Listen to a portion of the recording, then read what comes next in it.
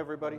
Thanks for attending our session here, and thanks to Mindset for hosting a nice little event for us so far. So we're going to discuss a little bit about how my company, we've developed some apps with Mindset over the time. And so I'm work for a company called IMI Global. We'll introduce ourselves here in a bit. But we are a kind of a smaller sized business, about 500 million in revenue. So we're a little bit smaller than a lot of the players here. But this is kind of the methodology or the approach that we use for interacting with users and improving the UX experience. So really quickly, we'll give a little introduction to myself and Mike.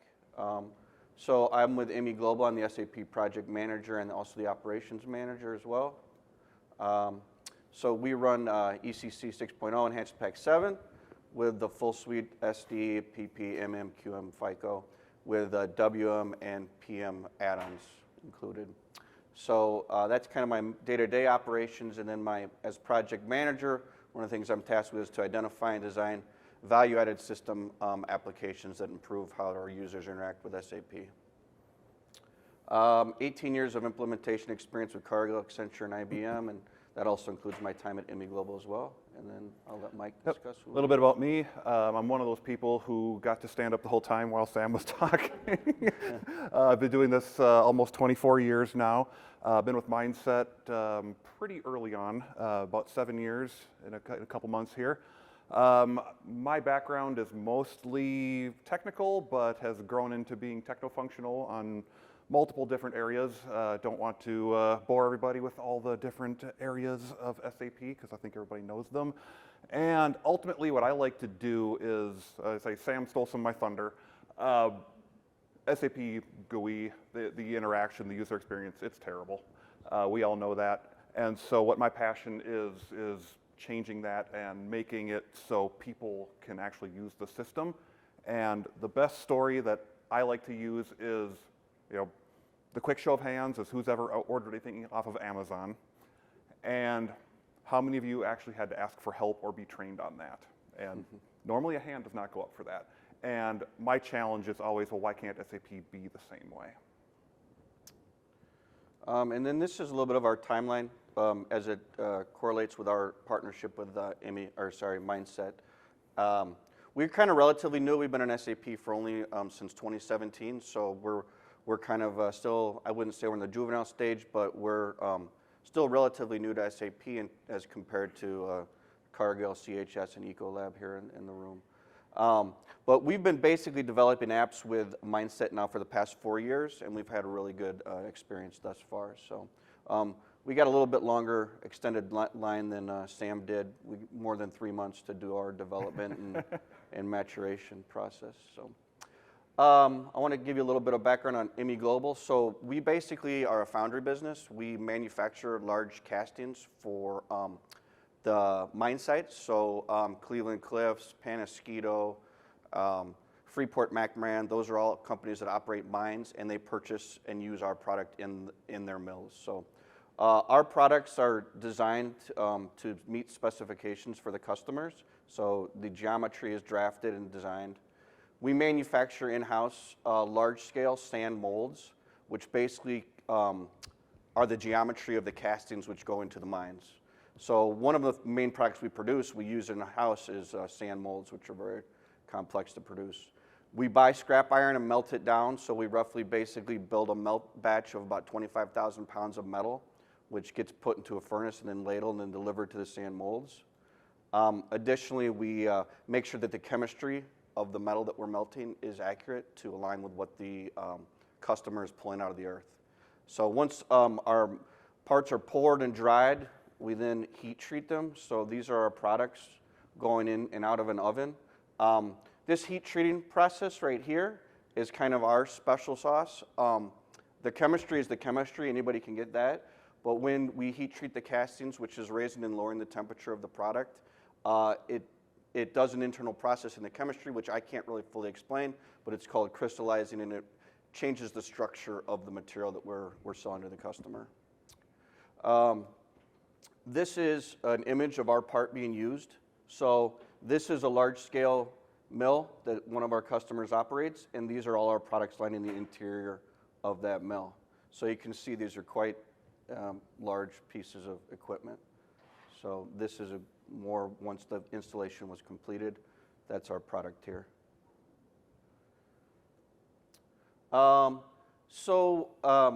We are a smaller shop. We have about 5 functional resources, and then we have 3 technical resources.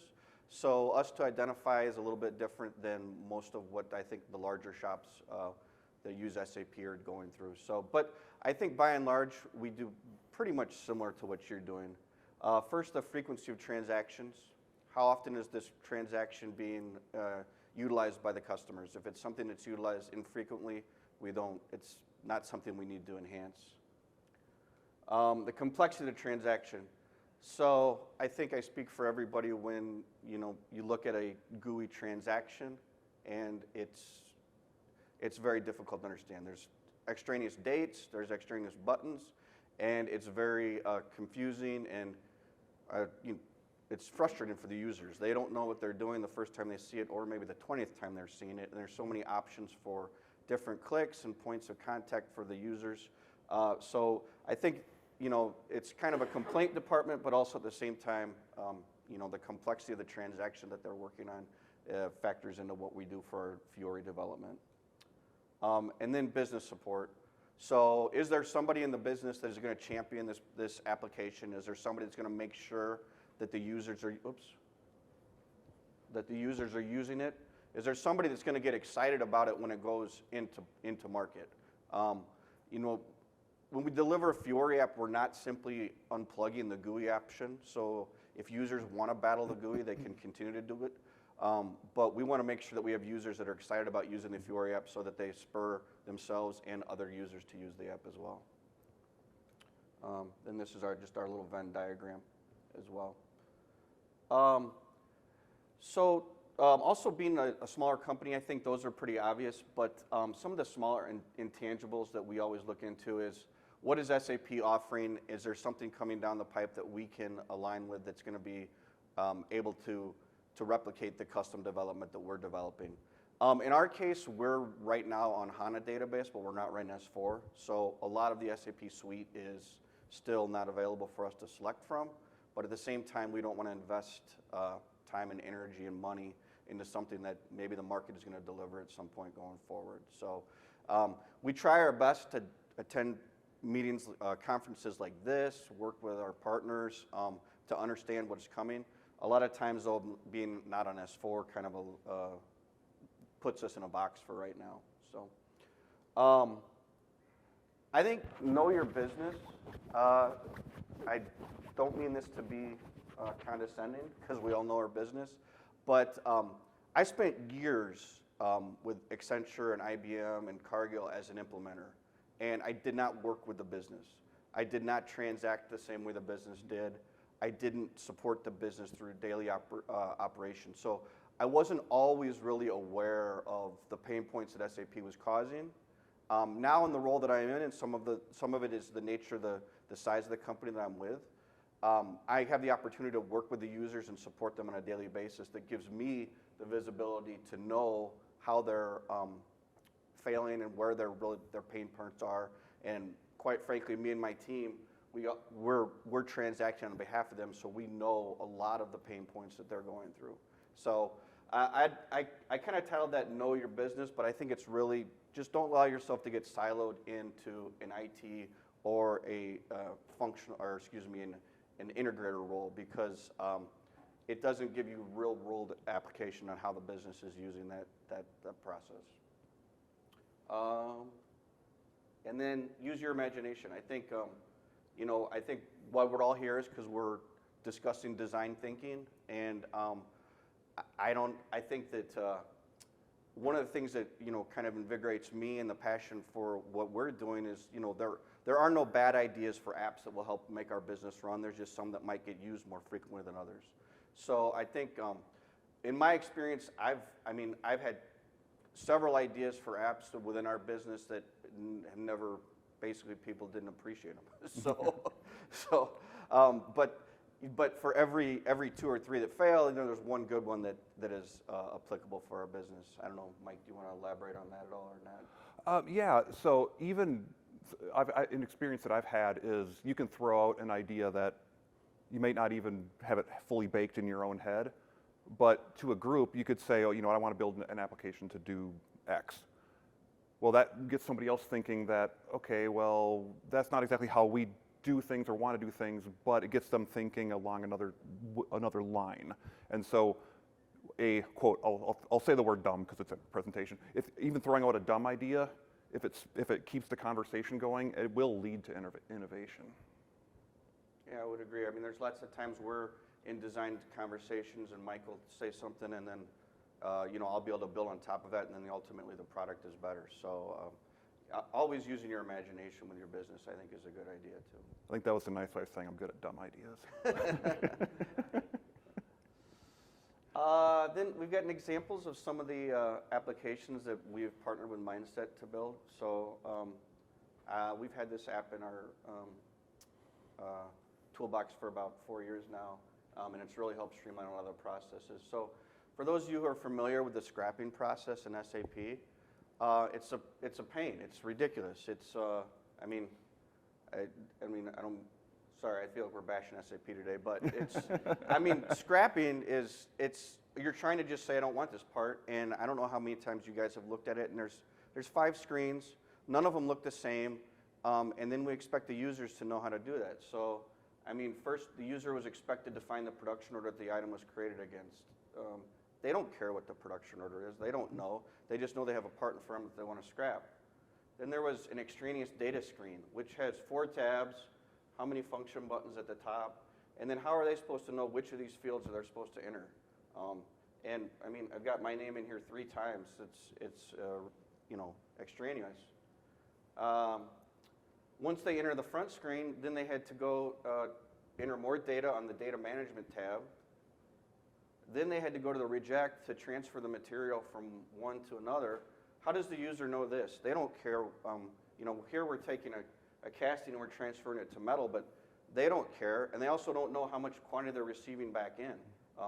So my scrap manager at the plant is supposed to know all this and supposed to dedicate, what, 40 minutes every time he wants to do this. Now, granted, he learns and he gets better over time, but what happens when he leaves? Then we have to go through that whole process again. Once they reject the material, then what do I have to do? Somebody has to clean up the warehouse, or 2 weeks later, somebody calls me and says, hey, why is my till date on this part, or why do I have 2 of these castings in inventory? It makes no sense to me. So that aligns, you know, confusion within the business as well.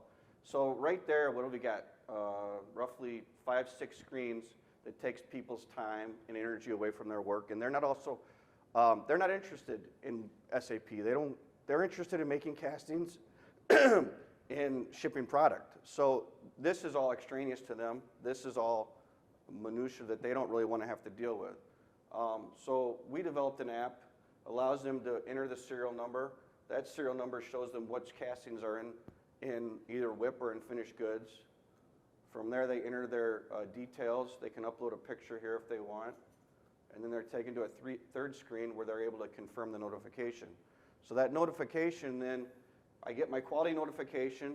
I write off my inventory. I write on my raw materials that I'm receiving back in. And I also do my WM move all at the same time. So we went from, you know, granted, we don't want to scrap, but in the event we do, we went from 6 screens to roughly a 2-minute scrapping process. So, you know, that was a big win for our business. Another example is physical inventory. Every year, it's a pain. Users don't understand it. They don't want to deal with it. They don't want to be there on the weekends to count. So the physical inventory process in SAP was extremely painful. We'd create the system record. We'd create an odd count sheet that would go out to the users. Invariably, they'd come back with something that didn't make sense to us. So I don't know what that's telling me. This one, he said he found it, but he says, see me. So I don't know what that means. Here he found 1, but then he's got a 2 down here, so I don't know what that means. It looks like it's on the wrong pallet. And then invariably, I've got, when can I leave? Denoted at the bottom. So the inventory, even though it was once a year, it was, you know, it was just guessing right now, but it was probably between 700 and 1,000 transactions that we did on a daily basis, or sorry, during our inventory period. And so all this then has to be data input into the actual count sheet by somebody, an administrator. Now, granted, I know that SAP does offer some mobile device entry and some other enhancements, but we were kind of limited with doing through the standard way. So we worked with Mindset, and we came up with just a single page. The user confirms they found it, confirms the count, confirms they count. Here they found 0 stock, it zeroes it out. This one indicates that the record still needs to be addressed. So we went from multiple handoffs between administrators, counters, and then the back-end administrators, again, into a single page. So the user basically acknowledges what they found, it uploads, then we have a custom report where we can analyze the differences, and then it publishes to the actual count sheet. So that's been a huge time save for us too, and a lot of, well, you saw the count sheet coming back. I mean, we have to decipher this, or we have to find the user, and he's already interested in leaving. So it created a whole lot of headache for us when we were trying to enter our counts during the annual period. Lastly, I didn't want to really bore you with how we did this in SAP before, but here's an example of an app we just developed with Mindset. So we have 3 headers here, basically. So we, as I noted in our kind of overview of our business, we pour metal into sand molds to create iron castings or steel castings. So in this case, the user enters the batch of metal that they're pouring, and then allows them to enter some header details related to that pour. Then they have a pre-checklist before they pour, so they expand the middle ALV here, and it gives them lots of few check boxes to denote the quality of the mold before they pour into it. And then once they're ready to pour, these are the pours that we have scheduled against this particular heat. So the user simply selects which mold that they're pouring. My apologies, I cut off our start button. But down here, we have a stop pour, start pour, and it actually calculates the pouring duration and the throughput of the metal as it went into the sand mold. So one thing that even though this screen contains a lot of data, most of these data elements were being tracked on a clipboard and then put into an Excel database.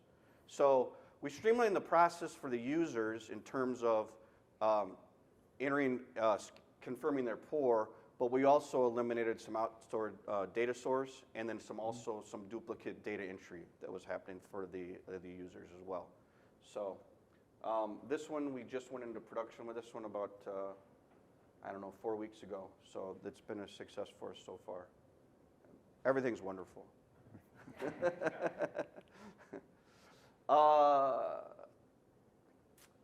So then, like I said, we've discussed a little bit, and Mike, maybe you can elaborate on this a little bit too, but relatively a small team for the company that I work for. So as noted, I'm an operations manager as well as the SAP project manager. So there's a lot of things that we don't have the department for training. We don't have a department for onboarding and offboarding. So a lot of our keys to just kind of hitting the ground running with Mike and his team are always knock out the red tape. I know it sounds a little repetitive to tell people this, but when Mike rolls people onto our team, I mean, you all know how it is. If you bring in a resource and they have to sit around for a week to get their computer or to get VPN access, it really loses a lot of momentum in getting the project started. So I generally always make sure VPN access, the basis, the development keys, and establishing the meeting cadence always before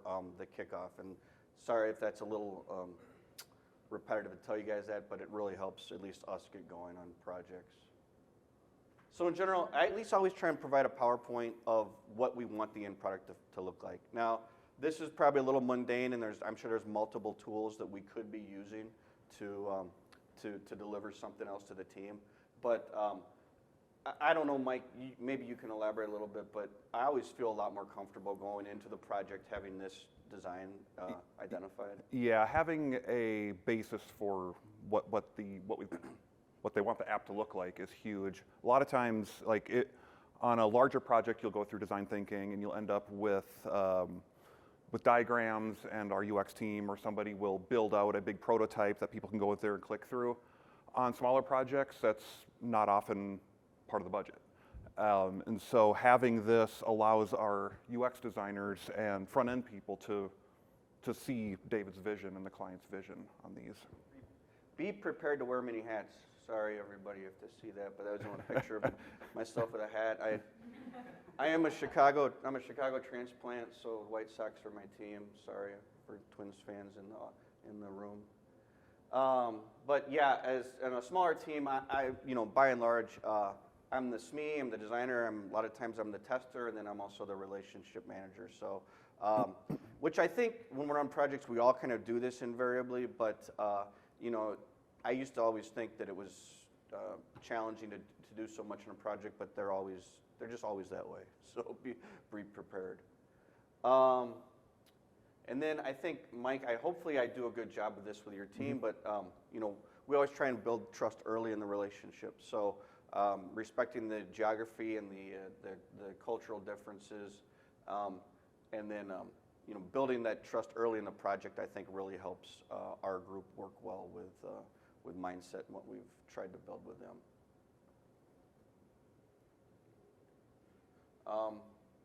When we're managing our projects, we use a simple one-pager to basically denote to everybody how we're doing. So we basically have our development bucket and then our time duration left. So we don't try and, being a small team, we don't have a communications department. We don't really have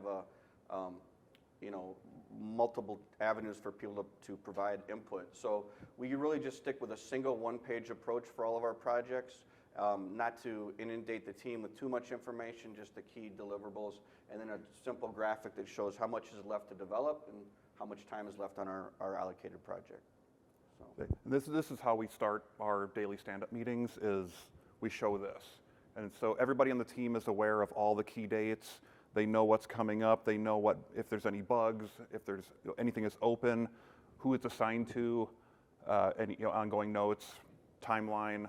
Because ultimately, running any project, it's like playing chess. You need to think a couple moves ahead, and knowing what. I was speaking strictly from the development side.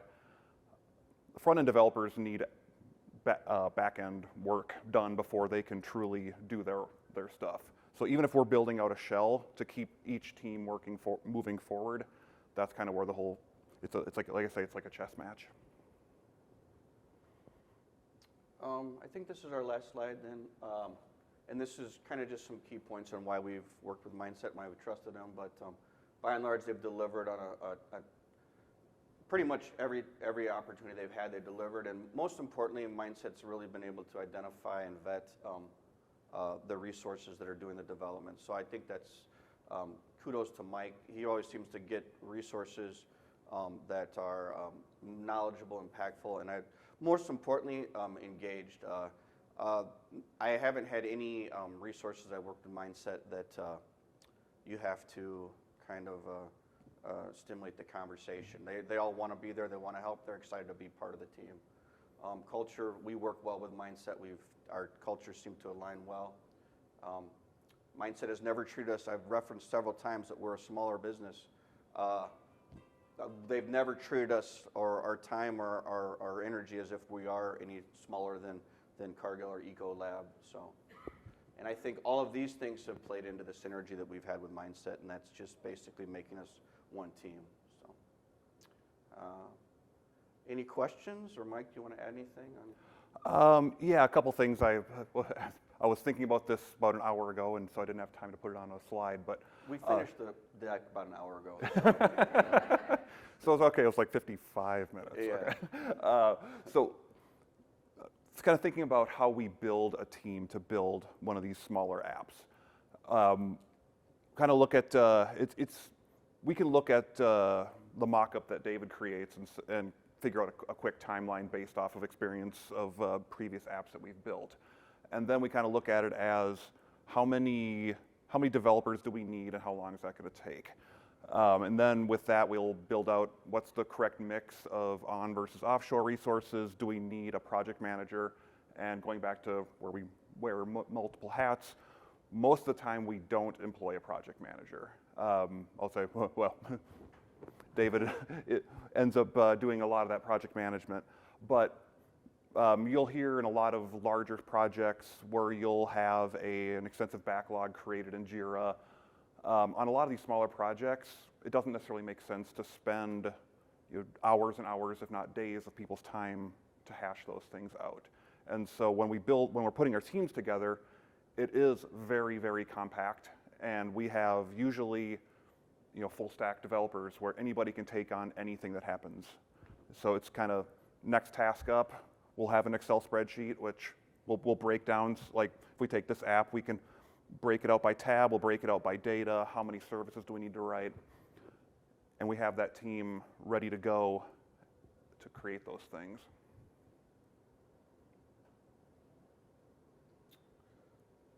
What are some of the timelines associated with some of the examples that you shared, like the duration of the project? Yeah, so generally, like what we've done previously is,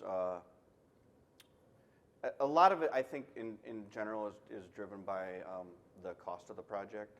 So we'll basically align with Mike on what we anticipate the cost to be, and then they'll staff accordingly.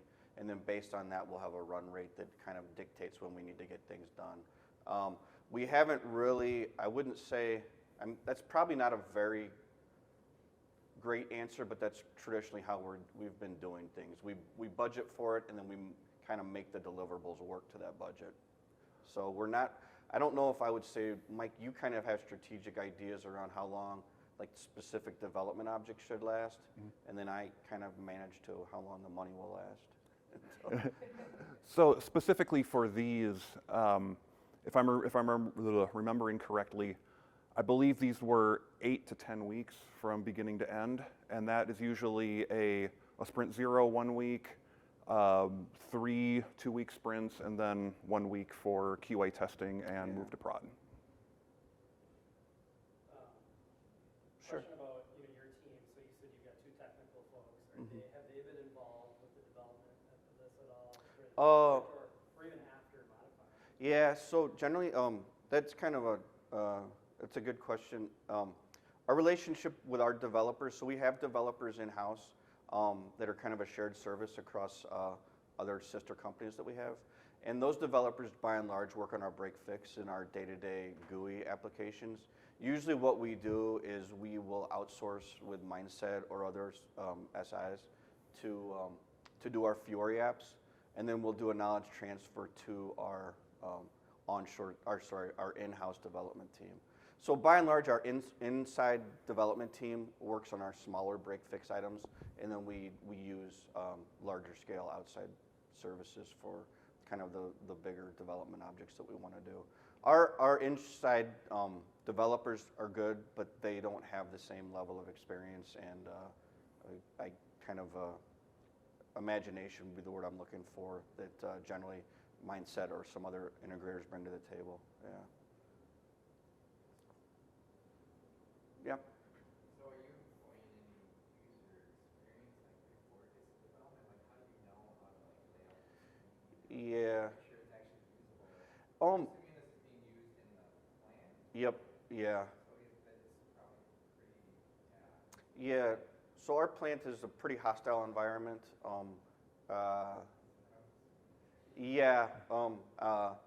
It's a fairly robust, unclean environment. So a lot of our apps have to be, they're either accessed on the phone or they use a tablet that has like a Pelican case in it. But to answer your question, I think that I've had a kind of a unique journey with SAP in that I spent a lot of years as a functional integrator with Accenture and IBM, and now I'm really in a role where not only am I like kind of developing apps and identifying them, but I'm also supporting the business every day, and that really puts me in kind of a unique position to know like what is painful. Like for example,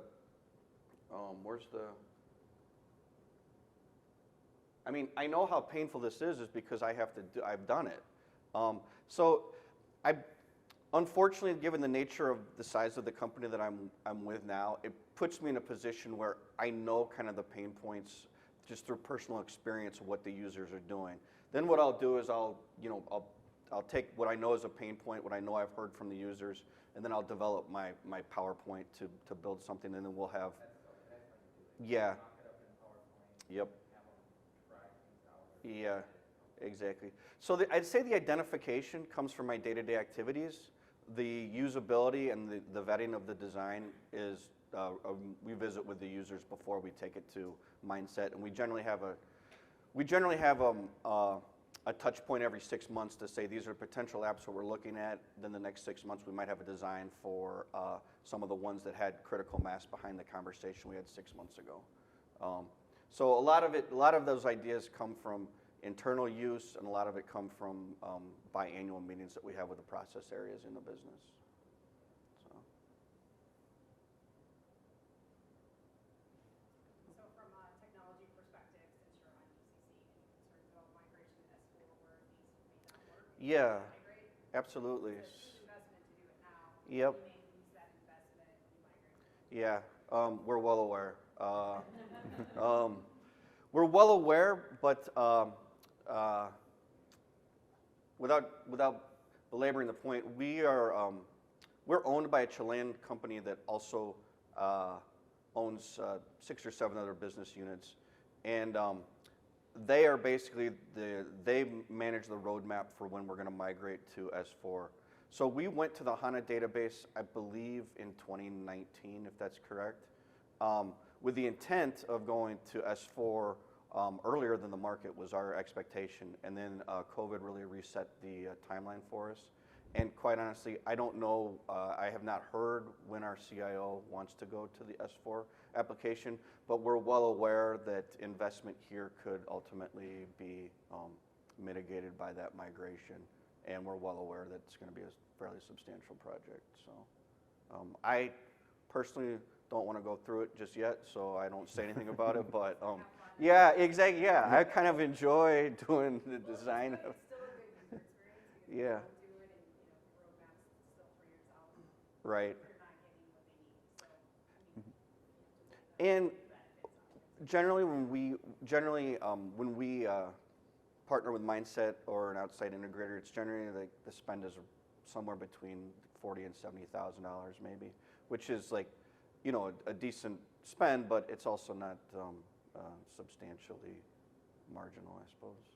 But yeah, so we also are struggling too because we simply don't have the resources or the time to understand what S4 necessary provides us and what we're missing out on not going to S4. But it is something we'll have to migrate to eventually. Luke? So you mentioned all the way at the beginning how important it was to have the right level of business engagement in order to drive the adoption of a lot of these products. Yep. What does that look like to you? So maybe put it another way, what are some of the attributes that you're looking for in a business partner that you think are going to help drive successful change management and adoption of what you're creating? Yeah, that's a good question. I think that we all identify the users in our business that are picking up what SAP is doing. I would say kind of your SAP IQ is kind of what I look for in the business. So a lot of times, we get requests from people who don't really understand what they're requesting, and that's not to belittle, their job's not to understand SAP. But then you also have those users that are above par and are like understanding what SAP is providing and what they want SAP to do. And I feel like those users are the ones that come to me with the best ideas. They're able to articulate them. And if they can articulate them to me, I know that they can articulate them back into the business as well. So again, I kind of keep falling back on this, but given the size of our business, I'm able to know 80% of our users. I'm able to identify who are our users that really understand what they're asking for and what would be a true value driver. So that's probably not a super scientific way of saying it, but I think by and large, I just am able to recognize the individuals that are using the applications that have the wherewithal to get critical mass behind adopting this. And then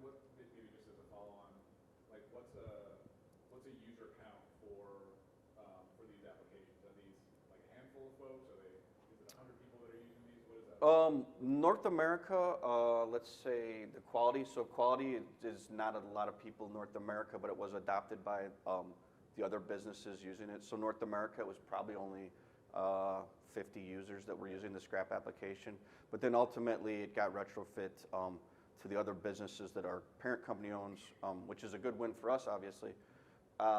And so globally, I think it's probably, I would just venture to guess, 1,200 people using this particular app. Yeah. So, and this is also an example of an app we don't want them to use because we're scrapping. So it's, but you know, the nature of the business is we scrap too. So. We need to wrap up here in about 5 minutes. If there's any last questions. How many custom apps do you have? Right now, I think we have 12 custom apps. So not a huge amount, but there's a couple other I'd really like to show. I should have baked in here, but the first one that we developed was, and this was really a valuable one. It's a material master app basically that allows the users. So how to put it? It's too bad I don't have an example of showing it. But we started with a material master app that basically allowed users to see particular characteristics of the material at each step of the production process. So the users are able to enter a part number, and it brings up images, and it brings up the material master data displayed in a single screenshot for the users to understand particular characteristics of the material and how it's used in that particular work area. So a good example of the use of that app, which I just described, is like our palletizing process. Our castings are 500 to 4,000 pounds. So material handling cost is a big deal. So this casting shows up at the palletizing zone. It's got a different geometry. It's, you know, the users may have never seen it before. So how do they know how to palletize that particular part to give to the customer? They have an app that they can enter the part number on, and it shows them a picture of specifically how to palletize each particular material. So that's hugely valuable because if they, with a 4,500 pound casting, every time you use it, every time you move it, that's a significant cost of material handling for our business. So. Do you use other, these are custom, do you use something like script personas to simplify the script? No, we don't, just simply custom apps, yeah. We really haven't ventured into any other arenas other than Fiori development so far, yeah. A question for Mike. So like we're a manufacturer, we scrap. Mm-hmm. You know, a lot of what's in that app we could use, but it's going to be a little different. Are you ever like repurposing stuff you do for one client on another, or is it always custom?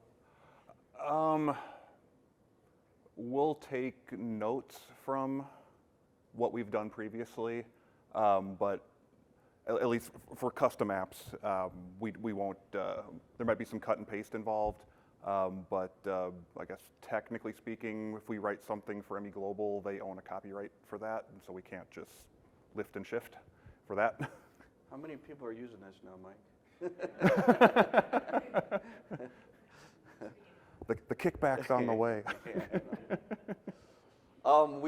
We haven't really done a great job of like our what's the capital? Well, our particular, we haven't done a great. We have had one app that was a delivery app that we thought we might trademark, but our copyright lawyer wasn't interested in doing the work, so so we didn't get much traction on that. Any other questions? Great, thank you guys.